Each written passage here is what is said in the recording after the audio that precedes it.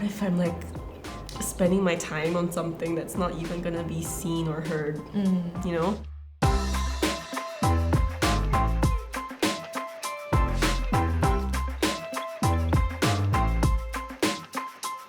Hi and welcome back to the second episode of Cravings Answered. I'm Zachary and here we have two returning guests, Mel and Iwan. Hi. I'm Mel. I'm Iwan. We are both recent graduates from musical theatre. And we're freelancing now in theatre creating and teaching children, Wow. to be exact. That's a lot of roles. Yeah. Hey, please eat. Then we'll continue our conversation. Okay. So I'm very interested to know. Okay, let's go back to the very beginning, right? Like, did you choose theatre or did theatre choose you? Ooh. Chicken or egg? I guess okay, both. Okay. Yeah, because when I first saw the musical Wicked at MBS, I was like really impressed by the whole thing. They're singing, they're dancing, their performance. It just felt like magic, and I was like, okay, I need to like, you know, find a way to be part of that magic or create that magic. But then obviously, like, being a Singaporean, you need, I don't know, like, my parents are very strong supporters of the education system. Sorry, when was this? This was like I watched Wicked when I was 11. Oh, okay. Yeah, so like there was that sort of spark since young. Okay. And I've danced, I did music, I like did a lot of things that are related to theatre, but not exactly theatre since young. So I guess I was exposed to like aspects of it. I just didn't have like the choice to pursue it until later in life. And then afterwards, I just like the science stream was not working for me, so I was like, okay, let me try theatre. And then like luckily my parents agreed. There was a lot of crying involved, but like they agreed. They agreed, and so like I went to pursue a degree course in musical theatre. Okay. Yeah. And Mel? Oh, yeah, me. I've always been exposed to like musicals as a kid because my parents really liked it.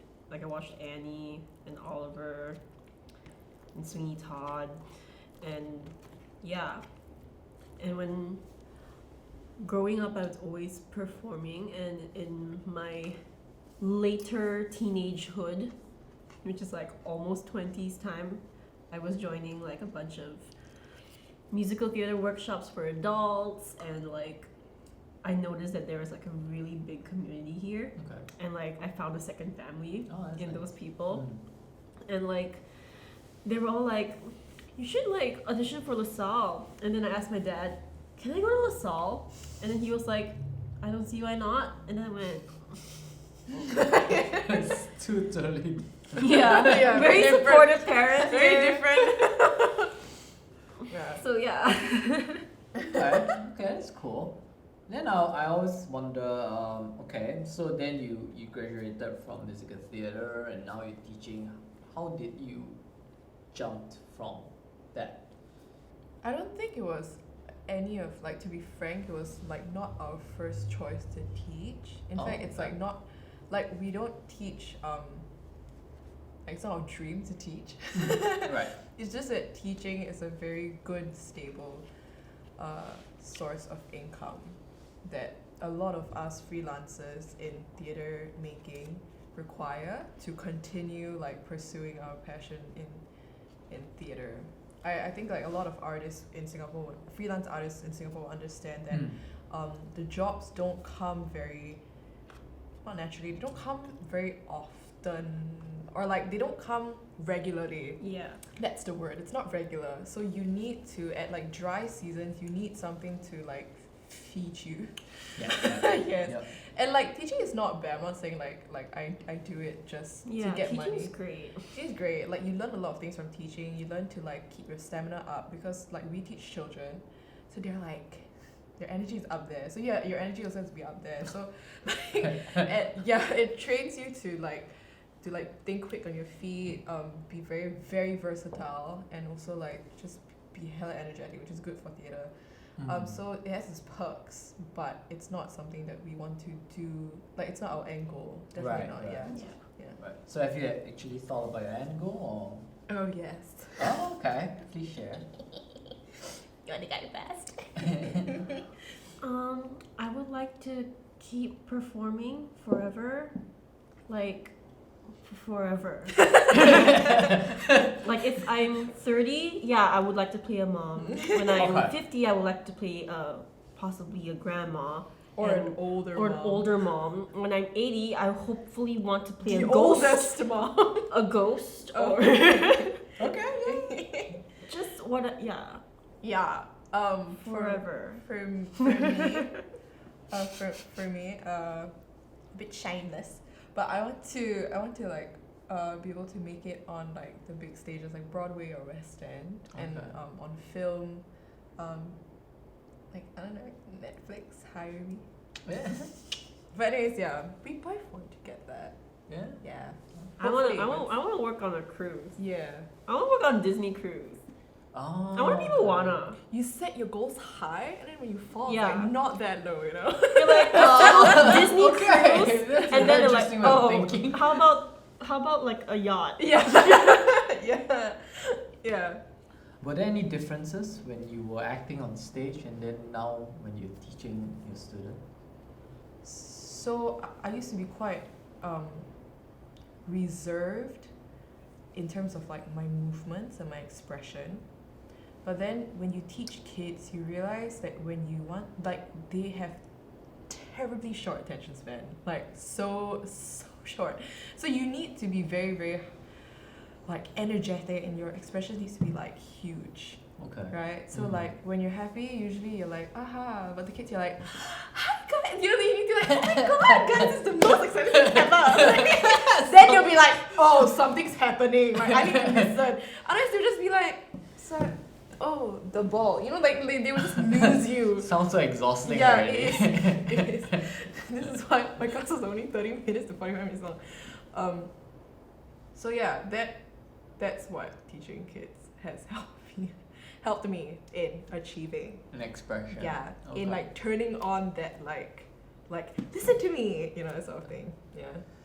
Okay, that's cool. I guess with regards to like characters, right? Do you feel you are diverse to play a lot of roles, or do you feel? It's like whether we have the skill set, or like are we able to. I would say both, maybe. Yeah, and yeah. I feel like typecasting is a thing, right? Yeah, 'Cause, you it know, is, right? It exists. Exactly. Yeah. And like generally what I'm casted as is very different from her. But there's also like some links for us. I Depends on which country you're in. Yeah, I usually get more like here, I usually get more dark. Either no, like it's like Say the truth. You get the Oh, you mean in color or in theme?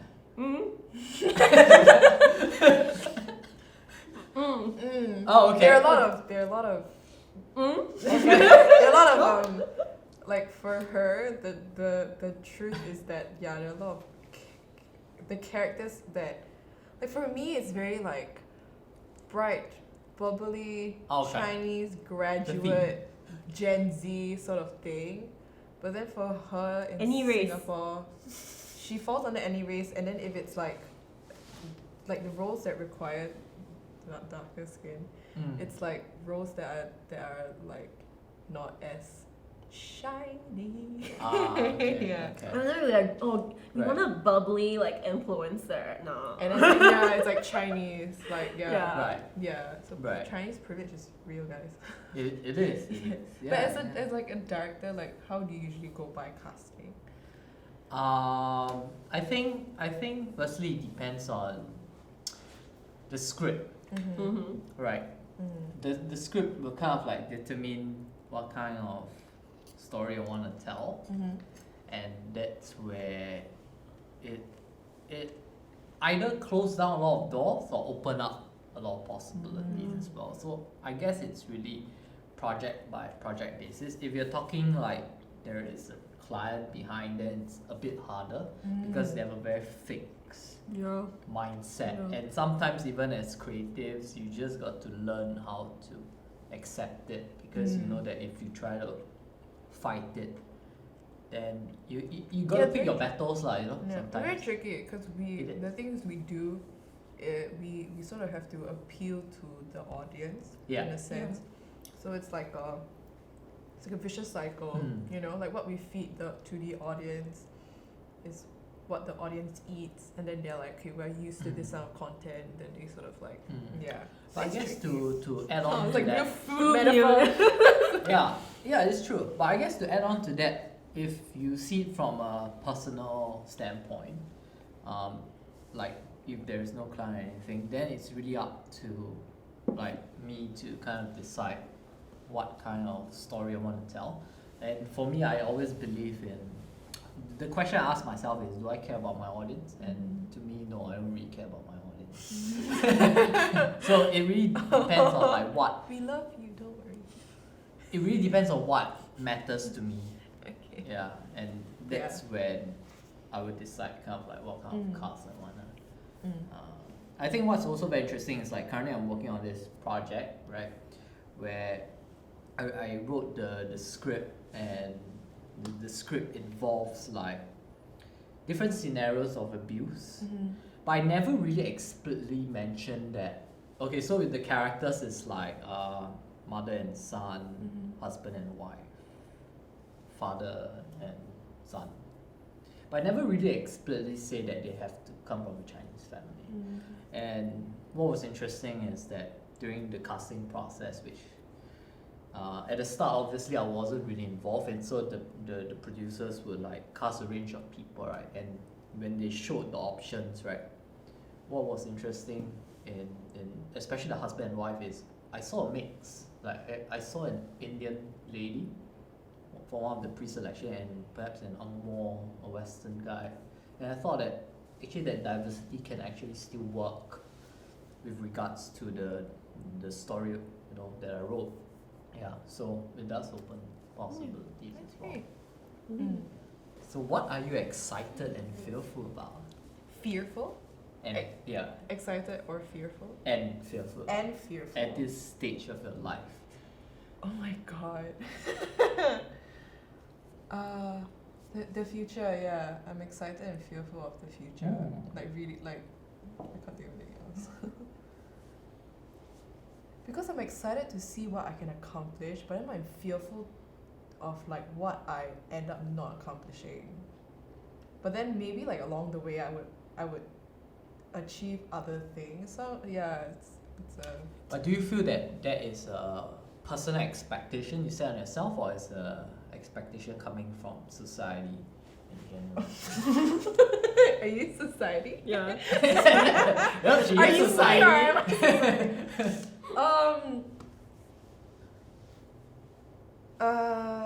Both, Okay. I guess. Because like it's hard to show my family and my friends what I've achieved, what I achieve, when they don't have access to it.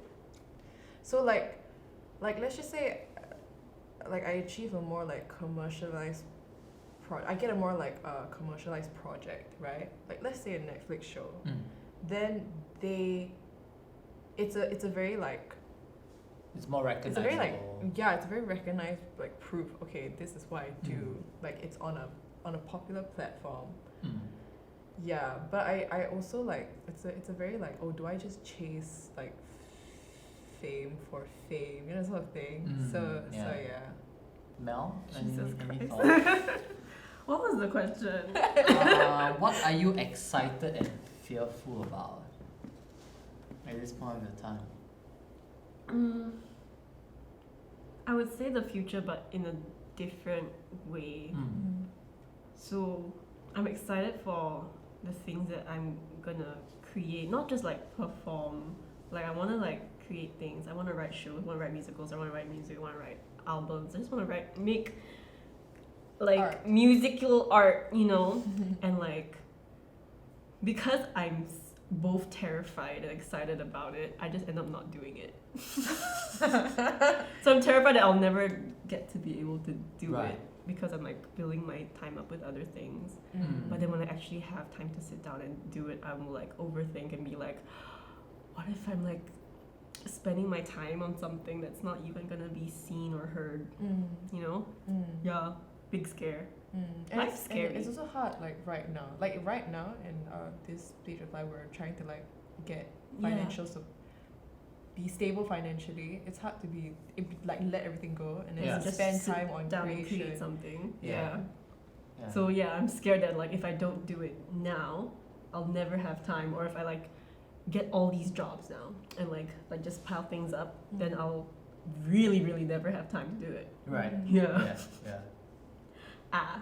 Yeah.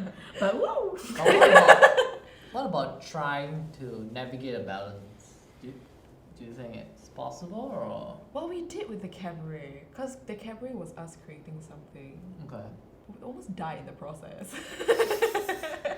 Truly almost died. It was okay. No. No, like it was that we had individually when you find like a really good supportive group of people, like it helps. Oh yes. Because one person breaks down, the rest of them help, and then it like we sort of take turns to break down, so we don't all break down Yeah. at once, you know.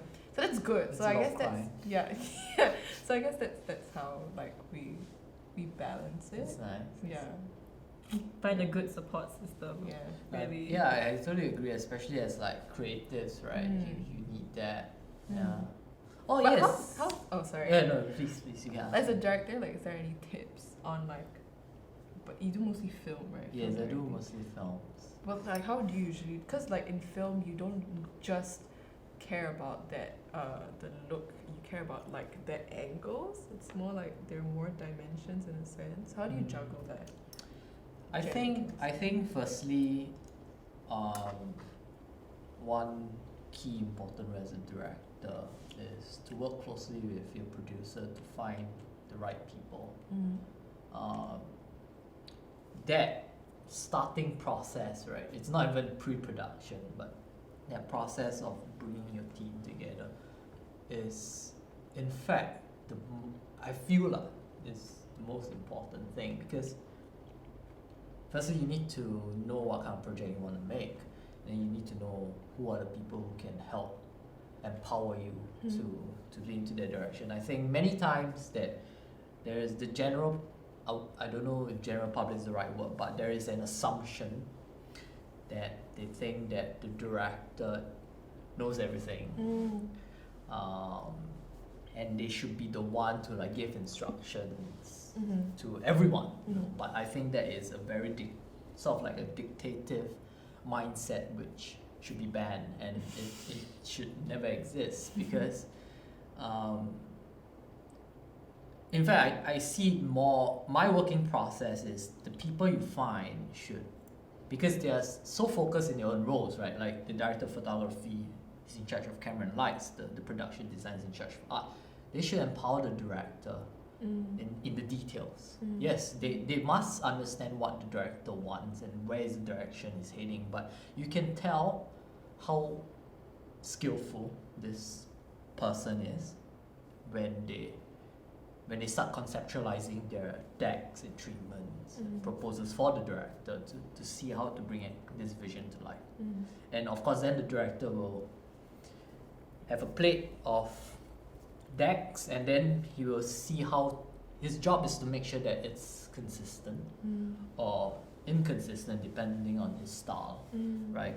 And to see what works best for the whole project.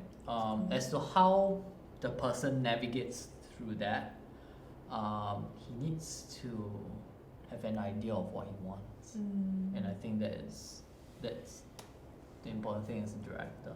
Okay. But there is also a lot of misconception that they think that the director must know everything, but I don't believe in that, because if the director knows everything, then why is he even making it? Because I don't know, art is something. The whole point of art to me is It's about part of it is discovering. yes, right? it's about discovering, right? Like if you are making something you know, then you know what's the point? Okay. But maybe some other filmmakers might disagree. Yeah. Cool. Okay, that's nice.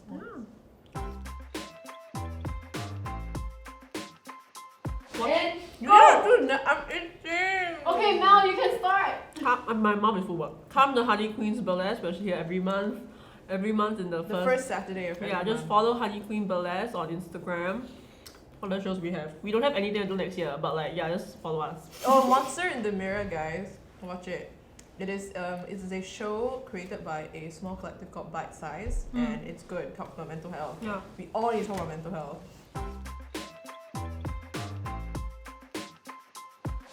What's it like from being a star, acting? Be a star. Calm down. Acting You're a on star, stage baby. You're all stars. to teaching kids. Like, Oh, were there any influences along the way? And yeah. I feel like with teaching kids, like the way it made me a better performer is that it really taught me to not give a shit about Yeah. performing. Because kids are like, to teach kids, you have to not You have give to a be a shit. kid, You have to yeah. be a kid. And like, kids don't care. They don't care about anything. You don't care if they can, if you don't care, when you're a kid, right, you're picking your nose, you don't care that your parents looking right at you. You continue doing it and you like Yeah. dare them to stop you And then you look at them as you wipe your hand on on them. the table. Or yeah, on them. Yeah. So that level of not giving a shit. Yeah. Yeah, and like when you're on stage and you really don't care, you're fully like in this moment, right? It's very nice to watch. It's beautiful to watch. It's captivating to watch. So it's better so for intriguing. Yeah. Like I see the mirror. the mirror. Yeah. Yeah. Actually, that's very fascinating and good. What do you mean by the mirror? Like how like what you learn like to not give a shit, and then when you adopt that on stage as a performer, like you shouldn't really care about what the audience feel. That comes to my next question. Do you care about the audience? We care about you. I care about the audience a lot. Yeah. Depends. We care about our audience. Like, I don't know. Okay, because I'm gonna mention the cabaret for the third time. The cabaret. When we wrote the cabaret, we had a lot of like discussions about what we want to put forth to our audience and what we don't want our audience to feel, which is feel left out or feel confused, or feel like disappointed or sad, just because the topic that we talk about is so sensitive. I think, yeah, to a certain extent, you have to care about like your audience in terms of like you want them to have fun or you want them to get the message you're trying to put across, and you don't want them to fall asleep in their chairs. But I think also like I don't think caring about audience means like boxing yourself to what to what the audience wants, because like you can't please everyone, right? So Yeah, it that's doesn't true. make sense. That's true. Yeah. Yeah. I feel like you can curate what you're making to affect people, but like their opinions that come from that affecting shouldn't matter to you. Yeah. In another way, like I used to be the kind of performer that like I must look presentable on stage, in a sense where like whatever emotion I'm portraying, it cannot be ugly. There's that whole like aesthetics question. Yeah, like I can't be embarrassing on stage. But then through LaSalle, like through our teachers, name drop Alvin Chiang, because like he really like did do a lot of things to like help us realize that like if we just exist on stage and be humans, and yeah, just be humans on stage. Just be It wouldn't present. matter. Yeah, it wouldn't matter. You look beautiful. Yeah. Mm. Yeah. It's very interesting. Mm-hmm. It's very challenging to be an artist in Singapore. Mhm. We all know that. So I'm just wondering, what struggles are you facing now currently, and how are you trying to navigate that process? Well, money is one. Money is one. So obviously, we have to do. We have to. We have to. We can't just focus on like being in plays, because if we just focus on that, like putting all our eggs in one basket, like there'll be not much eggs to eat. I'm very proud of myself for that. But yeah, so we I'm doing a lot of other things. I try to make them as related to theatre as possible, but I'm struggling with like losing my like it's a training, like when you are in plays and when you're in theatre, when you perform, you're training yourself. So when you're not doing that as often as you do in school, you can lose everything that you've learned and you've discovered about yourself. So that's very scary because it was hard to come by. Like it's hard to come by. Like even now, like we're still learning, we're still trying to like perfect it. So yeah, that's a struggle. But then I need to eat. So how's like that?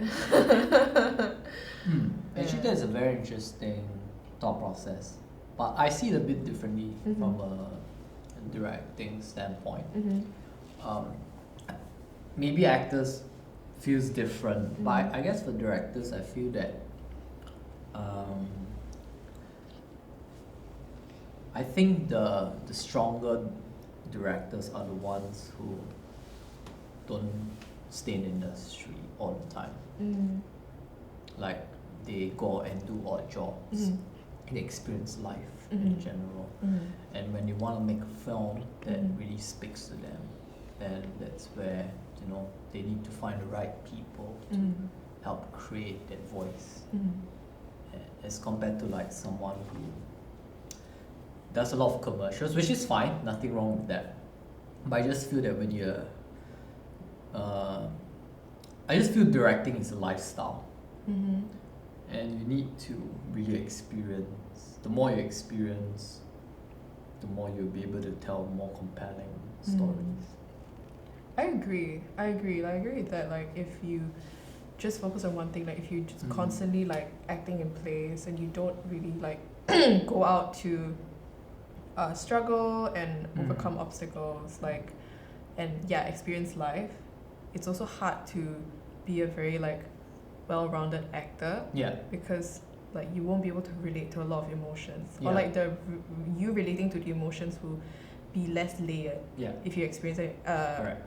versus you experiencing them yourself. But I think because for me, like I only had 3 years in this, I don't have enough training to like hold on to. So it's like I can experience life, but it's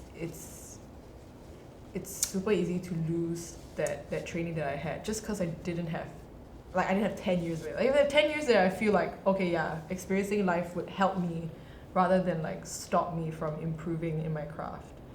Yeah, but I'll figure it out. Yeah. Positivity. And Mel? I forgot the question. Oh. Okay. Struggles Struggles, yeah. in generally. Navigating life now as a Freelancer. performer. Money's a thing, but it's also like rejection is a thing that happens. But like you keep it's easy to like tell yourself that like rejection's like part and parcel of the I never use part and parcel of the sentence. Wow. Rejection is part and parcel. Wow. Of the job, Yeah. right? Yeah. And like you're gonna experience it, and you have to like keep that strength up. But like, wow, It's hard, yeah. it's hard because like It is. you end up like expecting it, so it's like a cycle It's hard of like to not take it personally. yeah, it's hard not. Nah, I'm fine with that. It's the Sorry, I'm not. it's like the whole like you're more driven to just not try. You're more driven to not try. Wow.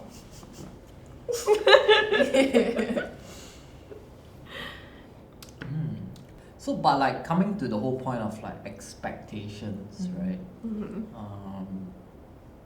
Is there a way to just lose that, or do you think that it itself is a struggle?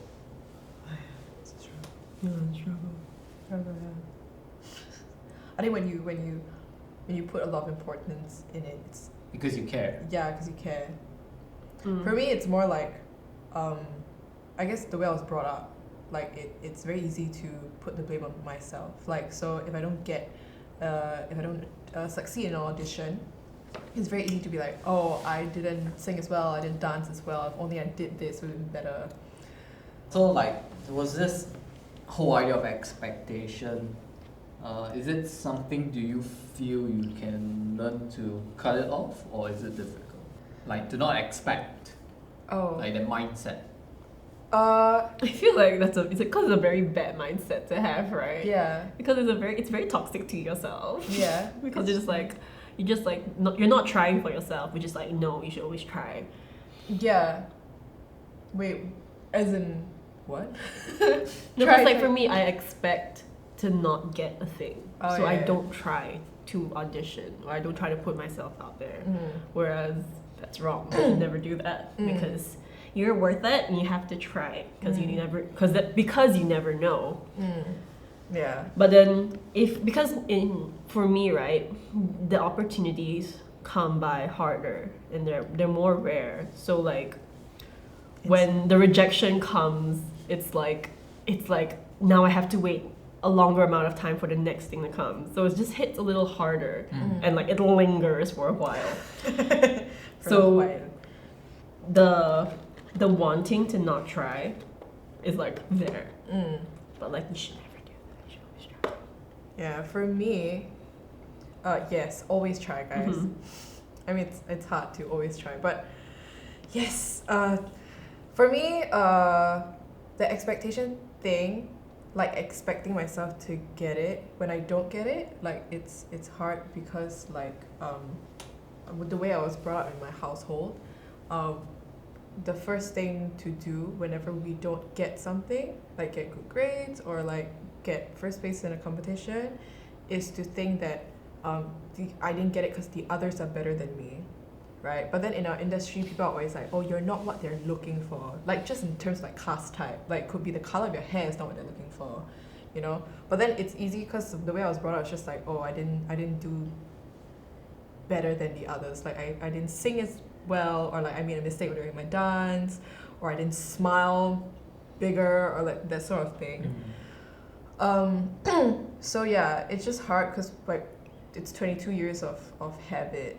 So obviously trying to break it now because it's not good, and it also deters you from trying.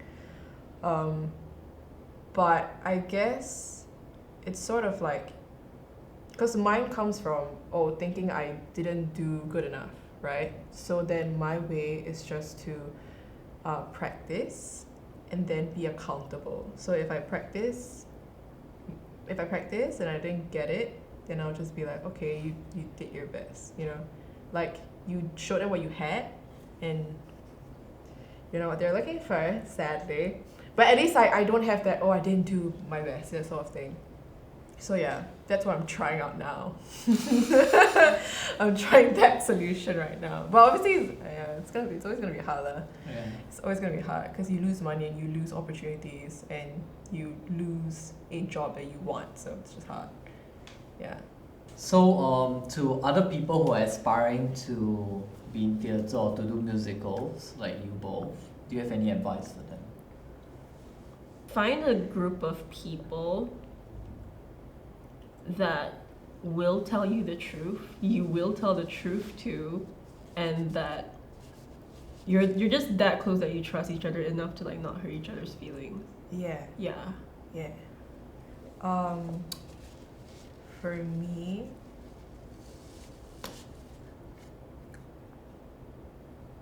I would say, I don't know. It's like a lot. Start young. Yeah, you know. But no, what? don't young. start young. You can always If you're 20, too late. You're gonna fail. I'm just kidding. start at 9. Not flexible anymore now.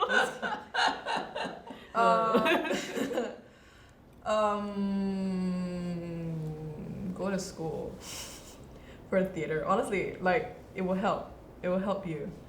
Cause school is a great way to get connections. It's the fastest way to meet people, and it is like LaSalle, NAFA, SOTA. They train you. Like you go there, you do nothing but train. So like that's good.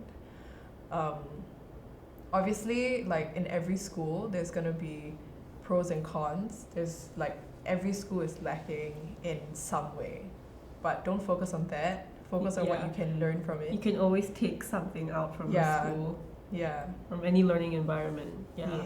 Like, it's whether or not you choose to like look for it. Yeah. Yeah.